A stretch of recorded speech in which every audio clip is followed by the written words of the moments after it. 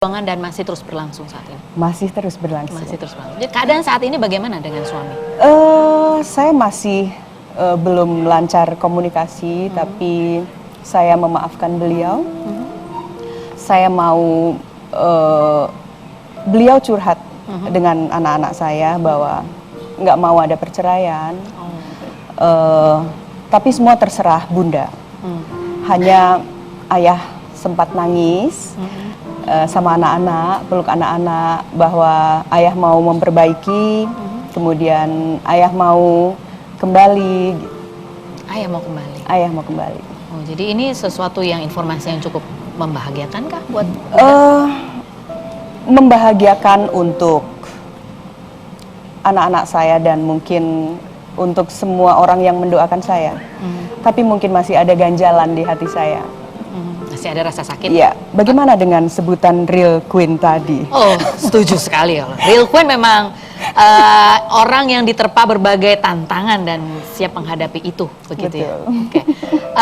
Ini juga Bunda hari ini juga menjadi real queen itu pasti karena dukungan anak-anak juga ya. Anak-anaknya hadir di sini, siapa namanya? Sakila dan Safa. Sakila dan Safa, halo. Hai sayang. Ini dari Melbourne lagi liburan ke sini ya. Oke, dan anaknya cantik-cantik, 4 semua ya, kok bukan kamu?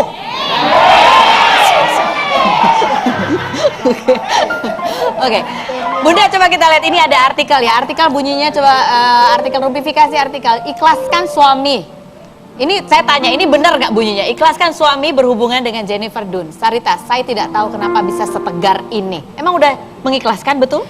Pada saat itu saya mengikhlaskan. Pada saat itu mengikhlaskan? Iya, ketika saya sudah mencoba untuk menarik suami saya kembali, saya mencoba untuk saya terima kamu kok, saya terima kamu, putuskan dia, katakanlah seperti itu. Tapi beliau seperti yang gelap mata dan membuat apa ya? Beliau seperti tidak mengingat 19 tahun bersama. Jadi saya pikir, oke, fine, kamu sepertinya sudah tidak ingat saya lagi, oke, saya ikhlaskan. Jadi saat itu sudah mengikhlaskan? Ikhlaskan, terserah dia mau apa, terserah dia mau apa dengan perempuan itu, terserah. Jadi saya mencoba untuk hidup sendiri, menempatkan diri sebagai real queen tadi bersama anak-anak saya, dan saya tinggal di sana beneran tanpa siapa-siapa. Tanpa siapa? Oh, apa yang terjadi? Saya ada baca artikel bahwa keputusannya sesudah Lebaran, begitu ya. Apa yang terjadi? Dan ada postingan juga dari pihak sana, tulisannya adalah #sayangistri. Apa tanggapannya? Selain berikut ini, jangan kemana-mana. Tetap di Rumpi.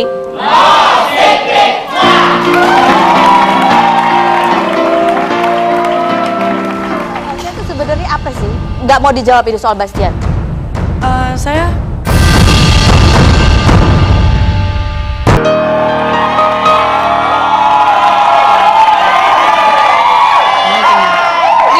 Bunda Queen masih ya, Bunda Queen ini yang sedang menghadapi persoalan suaminya dikabarkan sedang dekat dengan seorang artis begitu ya. Bukan dikabarkan, emang tapi kenyataan. Oh, tapi memang sudah kenyataan, sudah diakui. Sudah diakui. Sudah diakui. Pada saat mendengar kabar itu kan pasti rasanya kondisinya seperti apa saat itu, Bunda? Saya sedang di Australia dengan udara dingin bersama anak-anak. Sebetulnya saya tahu hubungan itu dari Desember, tapi saya tidak tahu siapa nama perempuan itu, karena semua yang orang dekat kami semua menyembunyikannya. Nah, ada salah satu di antara mereka yang iba melihat saya, karena dari Desember ke bulan Maret saya penuh dengan tangisan, penuh dengan tanda tanya dan lain-lain. Akhirnya pahlawan ini yang mengatakan, Bunda, namanya Jennifer Dunn, umur 29 tahun. Saat itu juga saya bersama anak-anak sedang ngobrol santai. Oke sayang, kita browsing si perempuan ini karena namanya sudah ngetren sekali. Udah, saya langsung buka siapa dia, yang keluar adalah berita dia dengan bikininya itu, langsung saya kasih tahu anak-anak. Pada saat itu anak-anak langsung lambe tura. Langsung buka akun gosip. Langsung kasih tahu akun gosip, tapi tunggu dulu sayang, kita konfirmasi dulu sama Dedi, kita ngobrol dulu sama Dedi ngomong apa gitu. Langsung saya WA, karena kan saya hubungannya panas juga dengan beliau. Setelah saya tahu beliau selingkuh dari Desember ke Maret, itu kan hubungan kami tidak harmonis. Jadi saya bilang, wow, perempuannya inikah dengan perempuan itu posting di mobil yang disembunyikan suami saya. Kemudian saya buka Instagram perempuan itu full dengan, maaf, harta-harta yang ada pada saya, harta saya katakanlah, harta bersama, itu diposting sama perempuan itu. Dan banyak sekali buktinya, wow, ini perempuan kamu. Dia bilang, saya nggak kenal perempuan itu, saya nggak ada hubungannya, tapi kesini, akhirnya beliau mengaku bahwa betul perempuan itu pacarnya. Dan saya bilang, oke, kita berpisah. Dia bilang, oke, fine, kita berpisah, tapi tolong setelah Lebaran gugat cerai saya. Kenapa? Saya kan mau cepat juga untuk mempunyai status yang jelas kalau kamu nggak mau kembali sama saya. Beliau bilang, siapa tahu dalam bulan Ramadan dia mendapatkan hidayah untuk dia kembali lagi, gitu. Jadi kelanjutannya adalah seperti yang diceritakan beliau kepada anak-anak, gitu ya. Nah, saya mau penasaran nih, pengen tanya sama Bunda, mana yang lebih berat? Ya. Sebelum mengetahui siapa sosok perempuan, atau sesudah mengetahui sosok perempuan? Sebelum itu justru lebih berat? Iya, lebih berat, karena saya sempat malam dan pagi itu saatnya saya bercengkerama dengan Tuhan saya, dengan Allah. Saat itu saya nangis, saya bilang, ya Allah, tunjukkanlah siapa perempuan ini, sehingga ketika saya mati, katakanlah saya nggak kuat terus saya mati, saya nggak penasaran, karena saya tahu siapa perempuan itu. Apa pentingnya tahu perempuan itu? Penting, karena saya melihat, maaf, saya bukan sok suci atau sok solehah, tapi ketika ada seorang perempuan yang bisa mengalahkan saya, tentu perempuan itu adalah wanita yang lebih solehah dari saya. Saya ingin sekali, malah bahkan saya ingin mencium tangan perempuan itu. Wahai perempuan, hebat sekali kau bisa menandingi saya. 19 tahun pernikahan dengan segala perjuangan, kesusahan, kami dari nol hidup bersama tanpa warisan saya dan keluarga beliau. Kami dari nol, kemudian setelah mempunyai semua ini, beliau tinggalkan saya hanya demi seorang wanita. Tentu wanita ini adalah wanita yang sangat diidam-idamkan oleh lelaki, betul? Setelah tahu? Setelah tahu, oh ya Allah, begini saja pacar kamu. Oh, Feni Rose, katakan. Aku berkata apa? Jadi justru lebih berat ketika saya belum tahu. Karena menduga-duga ini lebih kayaknya ya. Wah, Feni Rose bukan ya. Ini kalau saya lebih lega pastinya ya. Gini doang. Ini ada artikel lagi yang kita mau tanya nih. Oh, baik. Ada mengenai segepok uang. Ada foto-fotonya kan. Jadi melihat postingannya, ini mobil yang sama begitu ya? Iya. Mobil yang sama. Kemudian ada postingan bergepok-gepok uang. Iya. Ya, saya nggak bisa membayangkan rasanya loh. Kalau saya udah nggak bisa bergerak, mungkin lemes semua, nggak punya tulang. Ya, ketika saya tahu siapa nama perempuannya itu, saya buka Instagramnya karena ada sukarelawan yang memberikan, Bunda, saya sudah friend dengan perempuan ini IG saya Bunda pakai. Oh gitu? Ada sukarelawan seperti itu. Jadi saya buka IG-nya penuh dengan macam-macam. Saya foto si gepokan uang itu, saya konfirmasi sama suami saya. Tadinya beliau nggak ngaku, tapi makin kesini dia ngaku iya itu uang saya. Karena saya marah, saya bilang uang, saya minta uang, saya bilang gitu. Saya mau bercerai, saya mau minta uang. Dia bilang uang apa? Kita nggak ada uang gitu. Uang yang di perempuan itu yang ada di kasur, tolong kembalikan ke saya. Saya mau posting di kasur saya dengan di atasnya remote TV. Kenapa ada remote TV? Gantinya senjata. Oh iya, oke, pakai remote aja lah ya. Ya kan? Terus saya minta uang yang disetor perempuan itu di salah satu bank, kemudian diposting juga sama perempuan itu. Tolong berikan kepada saya, karena itu uang saya dan anak-anak. Gitu. Apa kata suami? Kata suami, itu uang saya Sarita, itu uang saya, bukan uang perempuan itu. Kalau bukan uang perempuan itu, kenapa ada bersama perempuan itu dan dimasukin rekening perempuan itu dan diposting perempuan itu. Saya tidak rela. Mbak Sarita mau membuka ini di media sosial. Ya. Apa? Ada manfaatnya kah setelah diposting? Manfaatnya buat saya adalah saya mau share tentang waspadanya seorang istri terhadap suami. Kemudian saya juga ingin memberikan beberapa tips mungkin kepada para suami.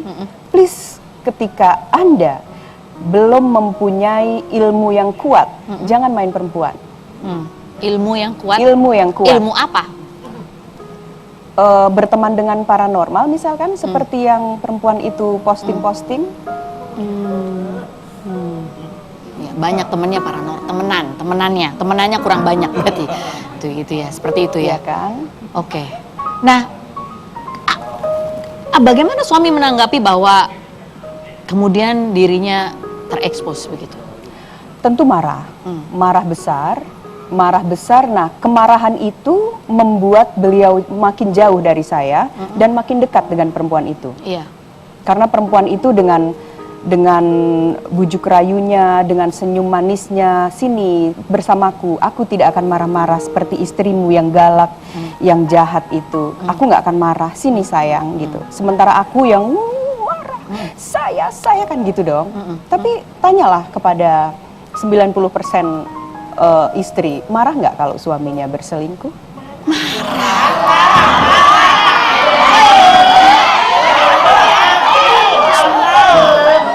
Kita mau tahu gimana prosesnya. Itu kan marah itu pasti ya. Sampai sekarang pasti masih. Tapi bagaimana menghadapi ini baiknya? Tadi Bunda Queen mengatakan bahwa ini adalah sebuah perjuangan saya. The real Queen itu menghadapi perjuangan yang berat sampai bisa tersenyum. Walaupun di balik senyum itu masih ada kedongkolan jiwa yang sangat dalam ya. Gitu. Ini real. Tapi sebelum kita lanjutkan perbincangan dengan Bunda Queen, ini ada satu film yang akan tayang di bulan Desember. Ini juga film tentang hal yang menguras emosi kaum perempuan ya, karena menyangkut tentang poligami. Film Ayat-Ayat Cinta 2. Coba kita lihat dulu, ini kemarin kita ke prolog filmnya. Kita lihat wawancaranya berikut ini. Bahagia mulai menyentuh, seakan ku bisa hidup lebih lama. Bahagia mulai menyentuh, seakan ku bisa hidup lebih lama. Pemirsa, sekarang saya Kak Rose kembali menemani Anda di Rumpi Blusukan No Secret. Wah, kali ini blusukannya adalah di prolog film Ayat-Ayat Cinta 2. Ada Pak Manoj di sini. Hai Pak Manoj. Aduh, film ke-7 ya? Ke-7 tahun ini ya? Bener ya? Enggak, film keberapa ini di tahun ini 2017? 7 kan, aku lebih hafal ya kan? Setelah 7 tahun nih Ayat-Ayat Cinta. Oh, setelah 9 tahun dibikin lagi. Oke. Di sini ada Fedi Nuril ya, langganan. Aduh, ini Pak Manoj selalu bilang bahwa Fedi Nuril itu adalah satu-satunya yang cocok untuk berperan poligami. Katanya begitu. Dimaafkan sama ibu-ibu katanya. Ini diaminin apa enggak nih? Suka bingung saya kalau ada kayak statement gitu, suka bingung mesti ngapain. Sama ibu-ibu yang lain tapi tidak oleh ibu anaknya dia. Ada Chelsea Islan, halo. Ada Dewi Sandra. Hai, Kak Rose. Dewi ya, Dewi Sandra ya. Ada Tatiana Safira.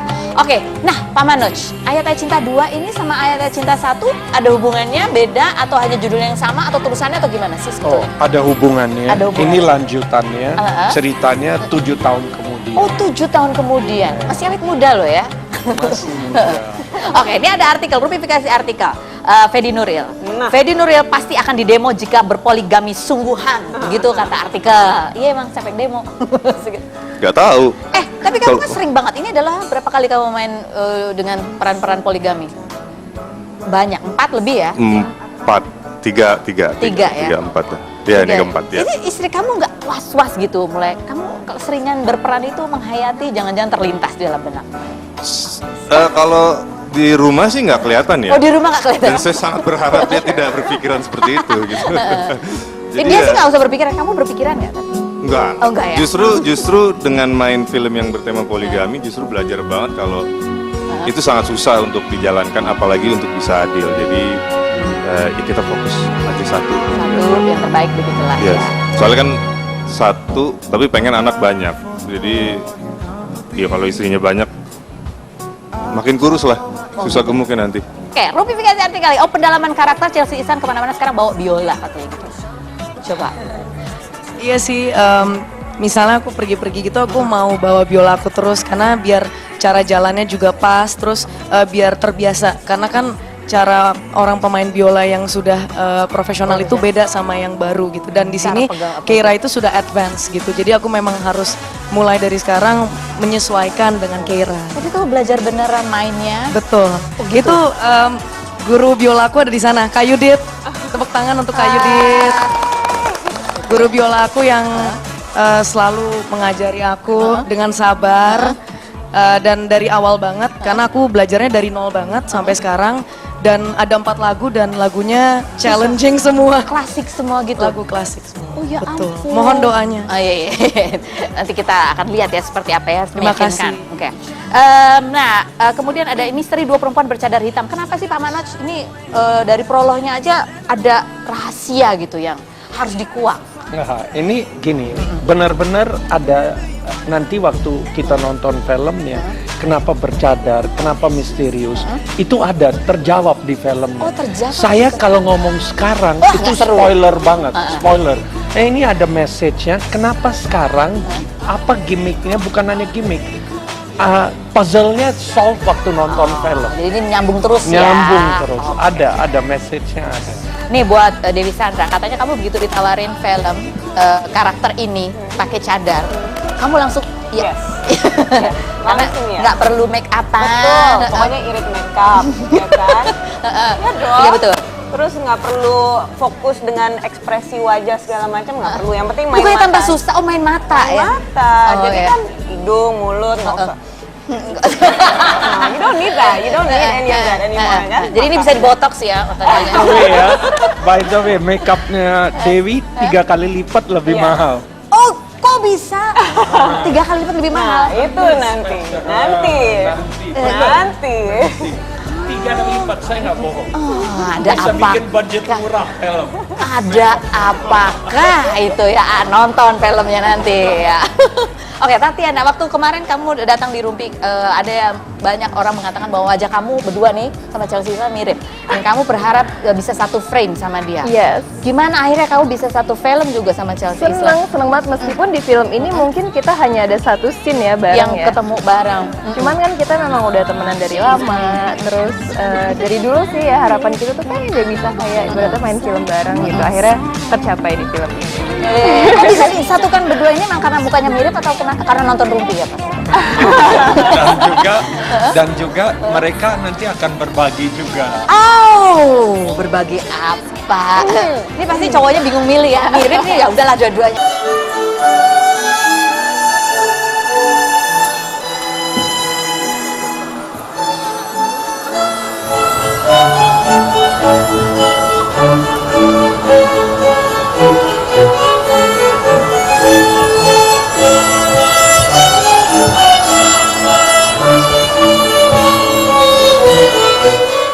Berarti ya ada pertanyaan fitnah atau fakta ya Pak ya kepada Ibu Dewi Sandra dulu. Fitnah atau fakta? Kamu ini seorang Dewi Sandra yang cantik ya luar biasa sempurna, itu ternyata pernah terkena rabies gara-gara digigit monyet. Ini ya. Aku tahu ini bocoran dari siapa. Orangnya ada di sini nih. Asli lagi syuting. Ada monyet di lokasi syuting. Lucu ya, lucu main-main. Monyetnya juga lucu banget. Oke, pangku-pangku. Ternyata dia gemes sama aku, Bu. Digigit pahanya. Yang lucu adalah aku kira kalau disuntik Selesai. posisinya ada satu tempat kan. Jadi aku datang ke dokter. Dokternya ganteng lagi. Dok.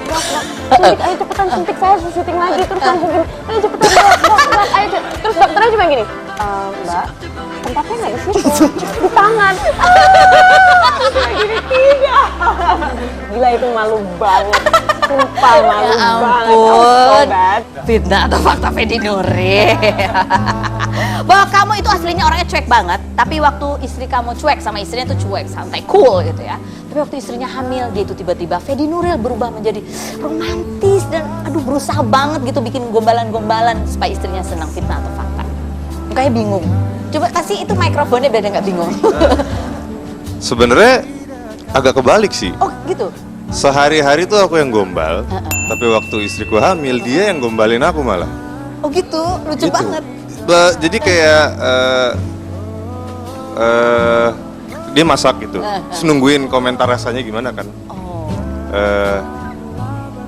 Rasanya gimana sayang? Enak, tapi nggak akan ngalahin rasa cintaku padamu. Dia yang ngomongnya.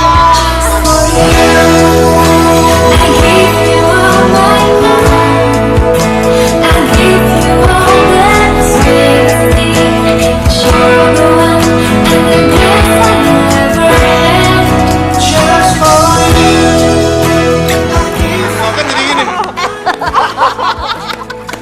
Karena jarang-jarang, ini kayaknya dalam perutnya bapaknya banget. Karena jadi malah selama hamil, aku yang biasa aja yang kayak nggak kepikiran untuk gombalin, tapi selama hamil justru dia yang gombal. Itu ya cukup mengagetkan, ya ketuker gitu malah. Iya ketuker. Oke, fitnah atau fakta? Chelsea, kalau kamu lagi sebel sama komentar-komentar yang gak enak dari netizen, kamu langsung nge-lock kolom komentar akun Instagram kamu. Ada benarnya juga sih, ada benarnya. Tapi mungkin bukan karena aku sebel sih, bukan karena aku sebel. Karena aku sangat meng-appreciate, aku sangat menghargai netizen dan juga menghargai fans-fans aku. Aku juga sering sekali bertemu dengan fans aku, halal bihalal atau buka puasa atau bahkan setiap bulan kita ada pertemuan gitu. Jadi untuk menutup kolom komentar mungkin ada 1 atau 2 foto lah gitu. Tapi menurut aku emang kan setiap orang itu punya privasi masing-masing. Walaupun kita public figure, kita juga manusia biasa. Oke, baik. Fitnah atau fakta Chelsea? Bahwa kamu, kalau kamu ditanya-tanya soal hubungan kamu dengan Bastian, kamu akan kabur, lari dari sini. Enggak, aku nggak akan kabur. Buktinya aku masih duduk di sini. Iya, benar. Itu berarti fitnah. Fitnah. Tapi itu kan Jelas. banyak sekarang tuh meme ya. Aksi bela Islam. Apa komentar kamu terhadap itu sebetulnya? Aku menyadari bahwa banyak yang mencintai aku. Banyak. Berarti banyak yang memberikan perhatian mereka kepada aku, Kepada mereka kamu. peduli sama aku, bahkan sampai bikin aksi bela Islam. Berarti mereka cinta loh, sebesar itu cinta mereka sama aku. Kamu lihat itu tuh senang ketawa gitu atau yang apa sih gitu atau apa? Atau gimana? Aku sebenarnya jujur banget, aku nggak tahu soal ini. Terus gitu? karena teman-teman aku pada kayak screenshot gitu, kayak ngirim, Charles apa nih? Ada hashtag baru nih, trending topic di Twitter. Terus habis itu, wah apa ya? Soalnya waktu itu aku lagi syuting, jadi aku jarang banget ngeliat handphone. Dan aku memang orangnya jarang banget nge-update di sosial media. Jadi aku benar-benar nggak tahu apapun yang sedang terjadi. Tapi kamu sama Bastian itu sebenarnya apa sih? Hubungannya Itu apa? kan yang mau ditanya. Iya benar. Bilang mutar-mutar. Itu loh pertanyaan. Lihat kan?